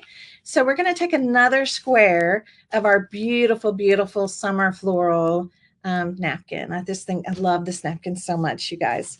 And then we're also going to take a little bit of this napkin. Remember this napkin? Let's just do like a little row here. We're not going to use all of these pieces, but sometimes it's just easier to do a little section. Okay, so we have our paper. Okay, we have our paper Mod Podged on top, and now it's completely dry.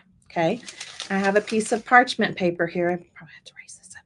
I have a piece of parchment paper here because anytime I use my iron, I don't want my iron to ever touch the surface. So the parchment paper is always going to be what my iron touches. Okay, all right.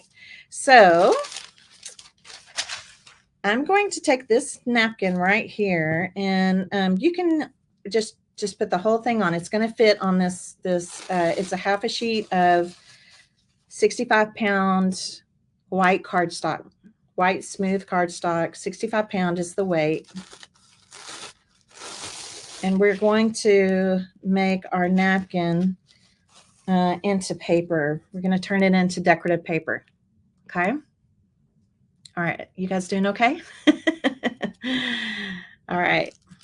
Yes, you're getting a full-on free workshop with me today. This is a really good kind of a peek inside of some of the things that we do and some of the things that I teach in the Napkin Club. Okay. All right. So I'm going to put this napkin here. I'm going to put this little piece here. So you're going to see you got plenty. There's plenty of extra space here. We're not going to use this whole piece of paper. What I'm going to do is I have my iron over here waiting in the wings, and it is already hot. I folded my parchment paper because I have some other stuff going on my, this is a heat resistant craft mat that I'm working on, this one, but there's kind of that dust and all the stuff in the paint. So I'm folding my parchment paper. I'm putting my paper down and my napkins down, and I'm going to do it like that. Do you see how you can kind of see through it? So if you are trying to position several things on to your paper, you can kind of see through it, and you can definitely see through it really well if you're using white parchment paper. Okay. Now this is fabulous for those of you that are paper crafters. Who's a paper crafter? Who's a scrapbooker? Who's loves to do like mini books or mixed media, junk journals, card makers? This is something you are going to love because you can take any napkin and turn it into decorative paper and use it in your paper crafting. Okay. I mean, it's awesome, right? So I have my iron. This is my little craft iron. I have my iron set on its highest, hottest setting. No water. That's really important. No water, no steam, no water. Highest, hottest setting.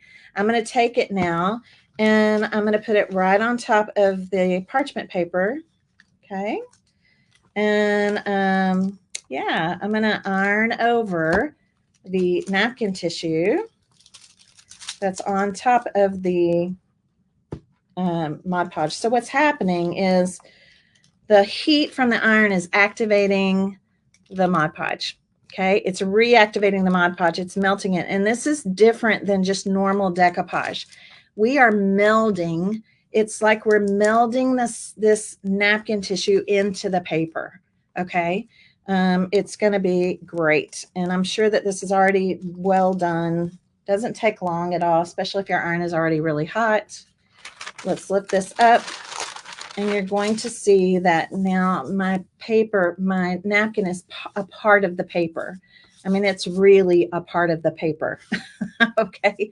It's not going anywhere. It's really been melded. I'll just keep this right here so that we don't get it in that paint dust. It's really been melded right into the paper. Okay. So it's just beautiful. It's such a beautiful technique. If you are a card maker, like this is what I do with my leftover napkins, you guys, my little bits and pieces left over is I cut my white cardstock into squares like for that are perfect for the fronts of cards that fit the fronts of certain sizes of cards that I use a lot. And I go ahead and Mod Podge them all up so that they're ready to go. And then after they're dry, you can just stack them up. It could be a week later when you use them. It could be a month later when you use them. The Mod Podge is already dried on them, so I keep those, and I do that a lot. We did it. I shared it in a Christmas workshop that we did in the Napkin Club because when you have those leftover bits and pieces, instead of saving them, just immediately put them on these card fronts. That can go on a card. That little front can go on a card. It can become a tag for a gift. It can go on a layout. It can go in a junk journal. It can become a bookmarking or Bible. I mean, like there's so many things that you can do with them. So that's what I do with a lot of my scraps. And I don't even really think about it. I just start making them up. And then they're right ready to go when I need a little something. Okay. So yeah, it's really great. Now we do want this to cool. All right. That's important. It's still a little warm to the touch. We want it to cool. I like for it to cool off a little bit because well, I feel like I need to clarify this. I'm not doing, well, actually I might do a little pen work today. Never mind. If you're going to do pen work on a napkin, you need to go ahead and just do a light coat, a light seal over the top of this. Okay. Because if not, the napkin will try to absorb the ink. Okay. I'm not going to do any pen work on this, but I am going to do a little pen work on this little part right up here. So that's why I'm just saying that. If you want it a little more protected, sometimes if it's just going to be on a card or a tag for a gift or something, I don't always do a top coat. Just putting it out there because really the napkin really is melded into the paper. But if it's going to be a decor project, right? If it's going to be something that's a decor project that I just want to make sure, is protected a little better, that kind of thing, then once I feel like this is cool, and I probably in reality, I would have let this cool maybe just a little bit longer. It still feels just slightly warm, but I usually don't do this until it's nice and cool. I'm just going to come over and do just a quick swipe across it with my Mod Podge. Okay. Just a quick swipe, very thin, doesn't need to be real heavy, across. And I generally do it when it's cool because I don't, it just seems to lay better. The napkin lays better. Everything just does better when it's not super hot. And I think part of it has to do with the heat and the Mod Podge. So just make sure that you let it cool. Okay. And then this is going to dry. All right. This part is going to dry. So while this is drying, actually, no, let's just keep going. Let's keep going right here where we are. I hadn't plugged in my glue gun yet, so it'll take it a minute. I'm going to go ahead and just dry this. I'll just let this dry real fast. So I don't always do the top coat, just putting that out there. Just depends on what the purpose is. What is the purpose of this napkinized paper, right? How am I using it? Okay. Just give it just a second. And notice I'm not bringing the heat real close. I'm just kind of blowing some air at it. Well, Mary, I'm glad you like these tips. Thank you for saying that. Yes, Christine, it is such a good idea for your scraps. Don't hang on to all those scraps. They're just going to get in the way and they're going to get damaged and you're not going to use them, you know? So just at the end of the end, just don't even think about it. Just start. And it's so fun to go back. Then you have a little collection of them, you know, that these little card fronts, easy to store. I just have mine in a little bin that they just stand up and I just pick through them when I need something. Okay. All right. So here we go. Now that this is done, I'm going to go ahead and just cut this apart. We're going to do some cutting. We're not going to use the red part this time. You can save it for something else if you want to. We're going to do some fussy cutting. Okay. And I don't want you to panic. This is easy. And remember, we're creating layers. That's what this summer shadow box is all about. We're creating layers. I promise we're almost done. I know it's you get a full-on workshop with me today. Okay, so watch where I cut. I think it's going to be easier for you to just kind of watch. I'm going to cut around the middle vase. Okay, the little middle vase here first. And again, kind of bubble cutting, not really cutting right on the edge of anything. Use your little detail cutting scissors. And I know it's going to be a little tricky kind of in here where the little daisies are, but you can do it. You can do it. We're going to cut that part off. All right. Now don't throw this away. We're still going to use it. We're just going to cut this. We're going to focus on the center part first here. All right. So just turn the piece. Your piece is turning, not your scissors. And when we get down in here, we're just going to try to not cut any of this kind of bluish flower. We're just focusing on the daisy part. All right, you got this. We got this.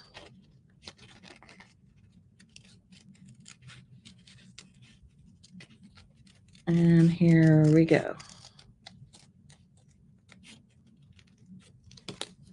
All right, I want you to look closely at that.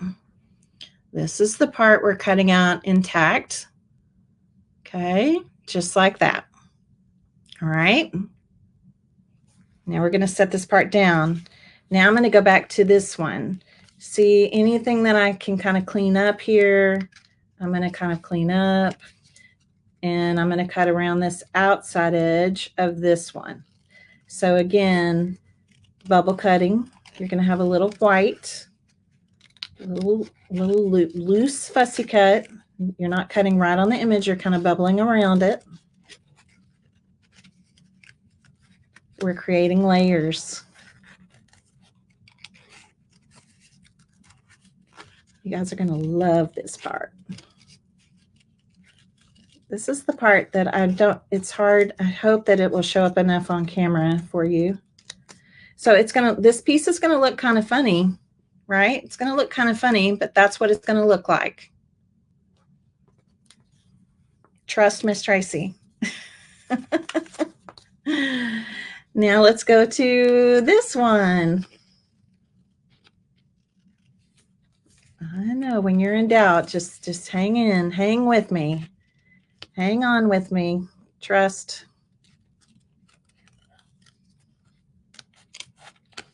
This is the part that, you know, the camera doesn't always pick up all this dimensional stuff, but it's so pretty. And you will see it, especially if you're making this kit yourself. All right, we're almost there. Voila! This piece will look like this. Okay. Yeah, Brenda says, trust the process. Absolutely. I have used the recoil scissors, Belinda. I have them right here. I actually love them. I'm getting used to them. I really do love them, especially when I'm cutting a lot, right? It's so much easier on your hands. Okay, let's get rid of that. So we have this, this, and this. Now, on this piece, I'm going to cut this piece out. I'm really just focusing on the red pieces. I just put a strip on here in case, you know, if you want to use the other squares somewhere you can. If I thought about it, this, you know, something like this might have looked cute on the chimney or whichever. So what I'm going to do now is I'm going to take my pit pen here and I'm going to draw a heart. I'm going to draw a heart. If it's hard for you to do this, it's going to be okay. I'm going to do this one kind of taller and skinnier. So I'm going to draw a heart, and it's okay. They don't have to look exactly the same. Do two of them. They don't have to look exactly the same.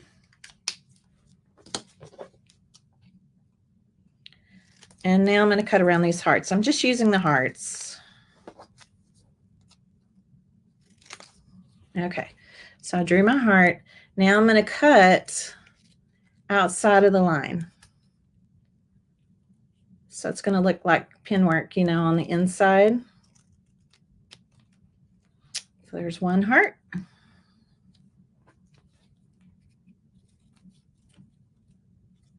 Here's the second heart.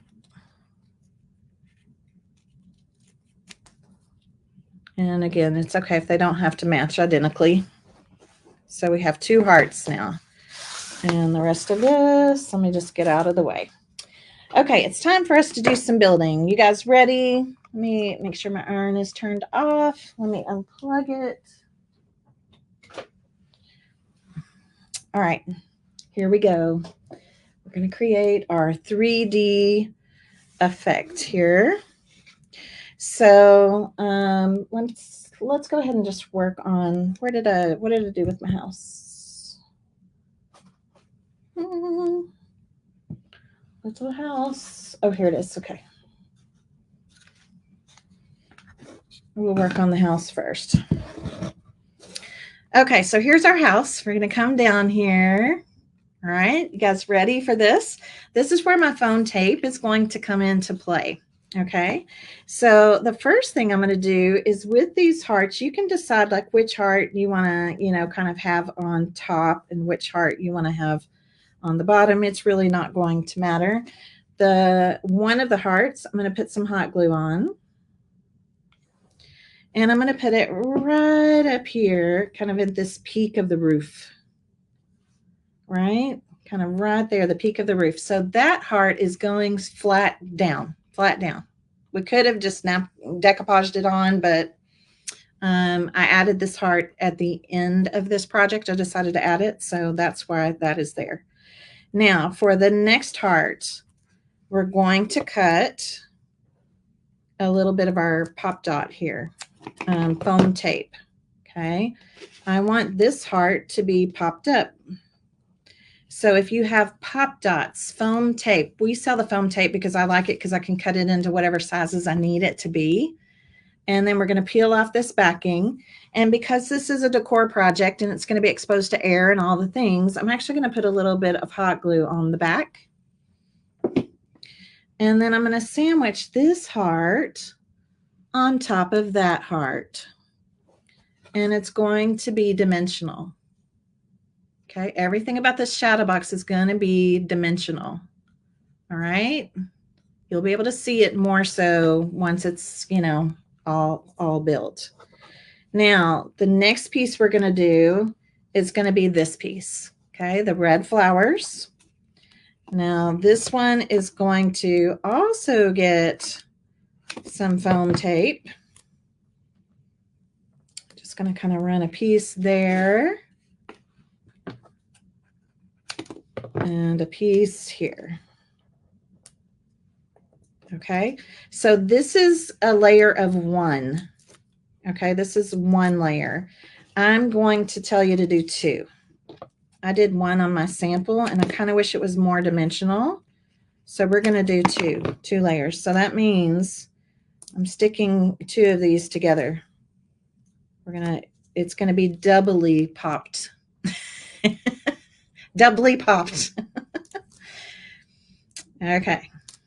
Doubly popped up. And I got this one a little long. I don't want it to show. Let's nip that part off. There we go. Back to the hot glue.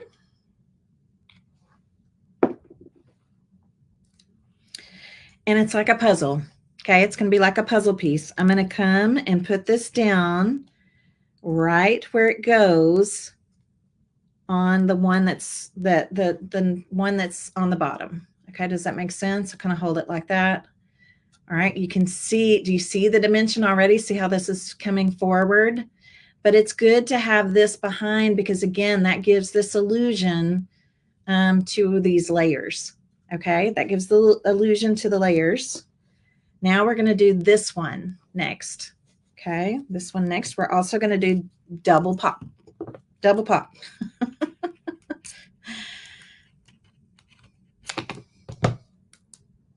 We're going to double it up. I'll just use one on this one. It's nice and narrow.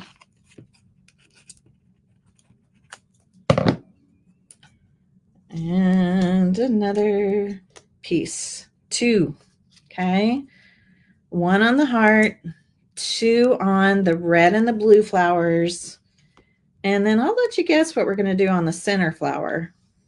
Okay, here we go. Ready?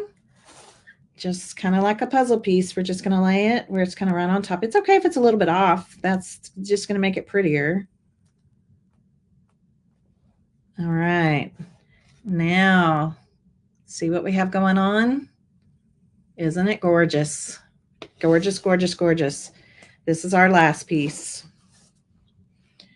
This is our last piece. So on mine, I did 1 and 2. So on this one, I'm going to do 2 and 4. Maybe 3. I don't know. Let me look at it. All right, there's the first layer. You could use pop dots for this. Pop dots come in like circles and squares. You could do that too. No problem. It's the same thing. The tape is just, you know, you can just do it in whatever length you want to do it. Again, I want to create more dimension on this one. So it loves to stick to itself, so that's not a problem. And before I take this bottom layer off, I'm going to kind of, I'm going to lay it on and see, but I think I want to go 4.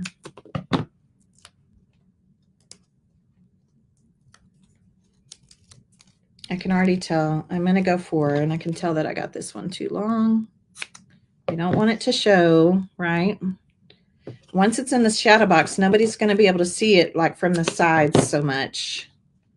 I'm going to go 4. If you feel like it's too much dimension for you, then just do less. Yeah, that's a big old stack. Look at that. Big old stack.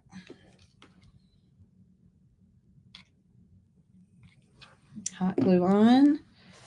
And now again, just like a puzzle piece, this is going to go down. Oh my gosh, I love it.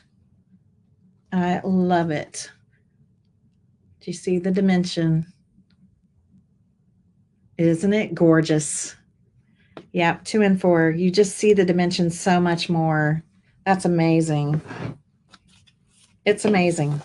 You guys, this is the same. You could do this on cards. You could do this in your You know, I mean, all your paper crafting, whatever you do, right? Card making, if you're a scrapbooker, I mean, all the things. It's just so easy to do. And it's just beautiful. This whole 3D element, I have been so fixated with it. I just started doing these 3D elements this year with my napkin art, and I just love it. Like I love it, love it, love it. If you wanted to sparkle anything, of course you could. We're going to add another little embellishment. But I just think this napkin itself is such a work of art that I don't, you know, I didn't really feel like it needed a whole lot else. I think it looks amazing. Okay, let's talk about the finish out. You ready to talk about the finish out? Yeah, I know you are. I'm sure some of you are like, I'm hungry. I need to go get lunch and all the things. Okay, I'm gonna just go with my shadow box like this to start. Now, this is where everything about this part is optional. Okay, I'm gonna pull out. Let's see. I should have there it is. Okay, a red button. You're gonna have some ribbon. This really cute ribbon. Lots of texture and jute. Okay, so you're going to have a little bumblebee as well. So this is just some fun to add to your house. All right, this is just some fun to add on to your house. I decided to do a red button right here. Just kind of right in the center of that. Just kind of off, because there was red here, here, here, and I just felt like we need a little red there. And then this is your little bumblebee. Cute little bumblebee. And I wanted my bumblebee like it was kind of like flying towards the flowers. It's got a teeny little pop dot on it. Teeny, so make sure and take the backing off. And then my bumblebee is just kind of like right here, kind of flying towards the flowers. So just really cute. Just a couple little dimensional things just to add some fun and some interest, okay? That's it for the house. All right, so on the shadow box. Let's see how we're wrapped up here. You're gonna have a big piece of jute. This is where, if you want to, okay, if you want to, this is where you can add your jute along the outside edges. Cut this a little bit so it's nice and sharp. This is not hard to do. It is simply just adding your glue right into that valley, that kind of crevice where the side meets, where the bottom meets the side, and just push your jute into it. So put the glue in, push your jute in. It just helps with those sides, right? It helps with those sides. It helps you to not see any, you know, some of the little stuff that our eyes look at and we're like, oh, that looks terrible. This is going to help cover that up. If you had a little paint issue, if your napkin went on a little crooked, like this is going to fix all that. And just push it right into the glue. I do one continuous piece until we get to the end. And I'm just putting my glue. I do have a precision tip on my glue gun. This is a Surebonder glue gun, so that does help. So I'm not like putting out a huge big blob of glue. I love my precision tip glue gun. It's my favorite. And we're almost back around.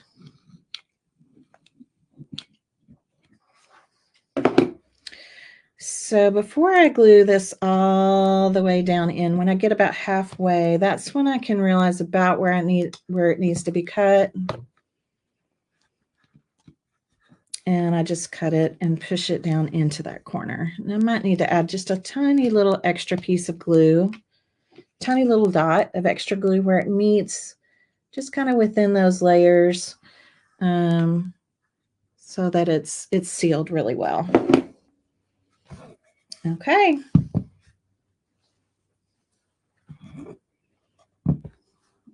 There we go. So that is the outside part. Now we're going to work on with the Jenga blocks. Remember, I love these for boosters. I love them for crafting. They're just fun for all kinds of things. Just don't think of it as a Jenga block. Think of it as a piece of wood, right? As a surface that you could use in some way. So what we're going to do is we're going to put some hot glue on the back of this Jenga block and on the bottom. So back and bottom. And then just position it in the center. We will never see these blocks. Okay, your house is going to be on top of them. Okay, your house is going to be on top of them. And I think it helped to have two. I started with one and I was like, no, I think it helps to have two. It's going to give us plenty of support. Okay, let me put in another glue stick. Yeah, I love the Jenga blocks. They're great. They're even good for like drawing, like, or painting. Like if you just need to put a little booster underneath your project in places, in corners when you're painting or something. It's great for that. I'm going to put on quite a bit of hot glue here. And now my house is going into my shadow box. Okay, so just kind of, you can kind of eyeball, make sure that it's the center, right? So pretty. So now, do you see what's happening here? We have all these layers happening within our shadow box, right? It's so gorgeous. Look at that. Isn't it beautiful? I know, right? So it's so pretty. So essentially, at this point, you're really done. Now I'm going to show you what I did on my other shadow box just to give you an idea. If you want to kind of fuss up your shadow box even more. Some of you are going to be more of that. I have kind of, I need to, y'all, this was from my finger a while ago. So if you ever get like something where your finger kind of smushed across, this can be sanded out. Just make sure you sand it before the paint has hardened, right? Okay. Yeah, I didn't do a very good job keeping my fingers clean on this one. I'll go back in and sand it out. So anyway, this is where we're at. Now let me show you on this house the difference. This one is less popped. This one is less popped up. It's 1 and 2 on the flowers. This one's 2 and 4. Huge difference. I like it more popped. Okay. So if you want to add some other charm to your shadow box, all right, you're going to have this jute left. Everybody's different. Some of you may want just a clean look and not even want to do this part. Some of you may want to do this part. Okay. So all this is here is literally me just gluing sections right across the top. So let me show you. It's just sections. It ends here. There's nothing on the back. Okay, it ends here or starts here and then just goes down. And then this next piece and the next piece and the next piece. So they do kind of cross over each other. This is all just with hot glue. Okay, just with hot glue. And it's purely optional. Okay, it's purely optional. If you like the look, I kind of liked the look just for the extra texture and the softness. I love texture. So I like having different elements within one project. Okay, so I am going to show you how to do the bow really quick. Some of you may want to just add the bow and not this part. It's fine by me. You do whatever makes you happy. Okay, so let's make the bow real quick. You're going to have plenty of jute here to go on your sides, your edges. You're really just going to need a little piece, probably about like this much for the bow. Let me give you an amount here. I'm going to say like 6 inches. 6 inches, and then the rest of this you can use to decorate around your shadow box if you choose to. Okay. All right. So this ribbon is awesome. It's got this really pretty, it's actually kind of a velvety polka dot. It's kind of a velvety polka dot on it. It's just great. And I love the torn frayed edges. I think that looks great. So if you have any strings, just kind of pull those strings or threads out. And we're going to make a very easy bow. I like easy bows. And then we're going to make it look even more spectacular. Okay. So with the bow, what we're going to do is take this. You like the detail? I like the detail too, but again, everybody's different, right? Some people are bow people. Some people are not. It's going to look beautiful either way. So make it fit you. Don't do it just because I did it. Make it fit your style. Okay. So we're gonna make this ribbon look like a tribute ribbon. We're just kind of crisscrossed it over. These will be the tails. This will be the center of our bow. This will come back. We're gonna kind of pick it up right here at the back and bring it behind. So this becomes our loops. And so we're going to kind of play with this a little bit. We're going to see, okay, is that about the size that I want? I actually think this size is really great. This is a good size. So let's do this again. We can always trim off the tails if we need to, okay? We can always trim off the tails if we need to. All right, we're going to pick it up right here. We're going to put it back here. Yeah, I like the extra little details, but like my girls, they're more clean and simple. Like they like the more clean and simple look. And then another tip, which I share this a lot, is I like to use a clothespin just to hold the bow together while I'm getting my pieces here together. So I'm going to take this piece and I'm just going to tie it off in a knot.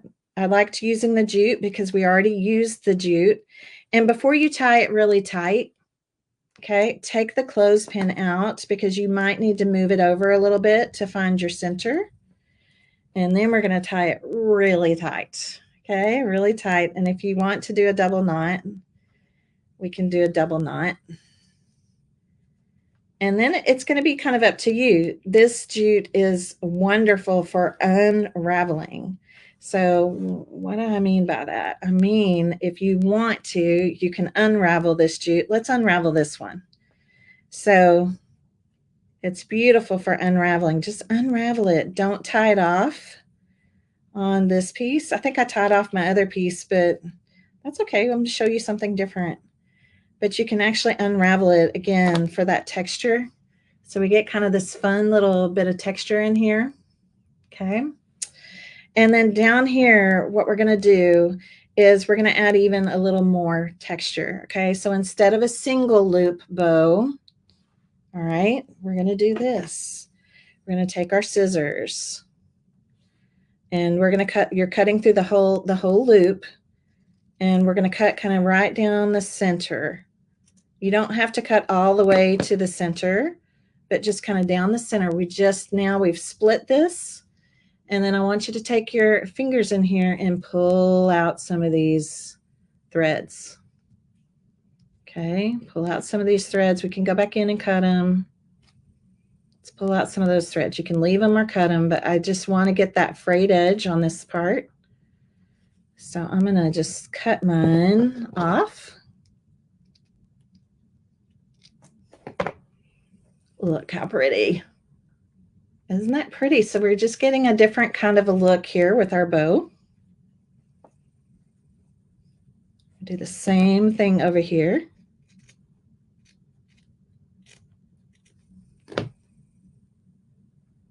And again, let's pull some of these threads out.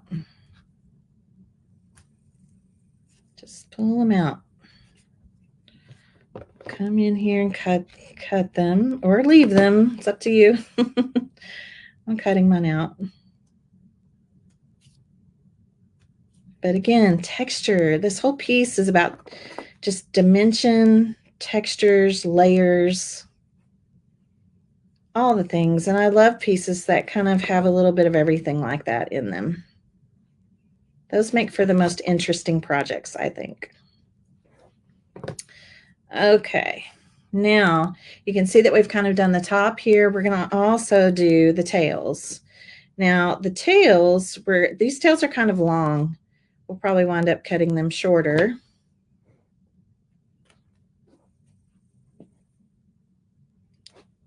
We're on the final steps of our project here.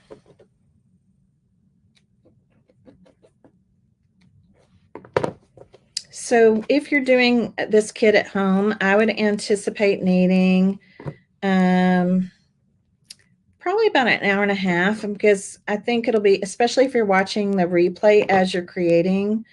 I talk a lot when I'm teaching, so a lot of that talking time you can just kind of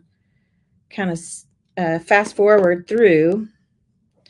So I would say probably start to finish, it's going to take you around an hour and a half, maybe 2 hours. Or you could do like all the painting, one day and then come back and do the rest another day. Kind of break it up. Okay, and what I like about this, if you'll look, is if you do add the jute, right, coming across here, it looks like, looks like this part is part of the jute. So everything kind of leads to the bow. Everything kind of leads to the bow, but look, it's pretty even if you don't do the jute accents. And then I'm going to come in and just kind of scissor tail, which a scissor tail is just a slant cut. Some of these, because I don't want them hanging down too low, right? Our house is the star of the show, but I think you get the gist that you could add your bow kind of up here. And once it's up, once it's actually glued on there, then you can kind of fuss with it and all the things. So it looks pretty with it. It also looks pretty without it. If you do add it, again, we're not going to go to the back. I did go over the sides, so it would be kind of like that, right? Like that, like this. And I just hot glued it. And then I like this bow with the, so this just shows you a different way. I like it with the unraveled tail. That looks cute. And then there's nothing in your kit to put in the center of the bow. I decided to just keep that neutral because this is really kind of the star of the show. But you could totally add something else into that center if you wanted to add like another button or something else in there. That would be really cute. Okay. And guess what? We're done. We're done. We are done. So again, just so you can look at this part, if you decide you want to add that, just hot glue. That's all I did, and just work a section at a time. Okay, small section at a time. This shows you if you want to just tie knots. I kind of liked unraveling mine. Thought that was cute. And yeah, I just think they're really adorable. They're really, really adorable. They're so fun to make. I love the sanding, the little striations, everything that you get on here. The reason I'm not actually gluing mine on is because I'm going to sand my fingerprints out. I'm going to sand my fingerprints out again, and I don't want you to have to sit through that. So it's really easy, though. This is just hot gluing it in place. Okay, I like the jute. It's something about just adding in that extra texture. So you will see it on mine. I'm going to finish mine out, but if this happens to you, if you do see some fingerprints, right? Like you had your fingerprints in something and it just, or the oils from your fingers, something like that, we can go in and we can buff those out while this is still curing. Now, 48 hours from now, this paint is going to be hardened. It's going to be hardened and cured. You're not going to see fingerprints in it. You're not going to see anything in it, okay? Because it's going to be completely hardened at that point. All right? Okay, tell me in the comments, did you love it?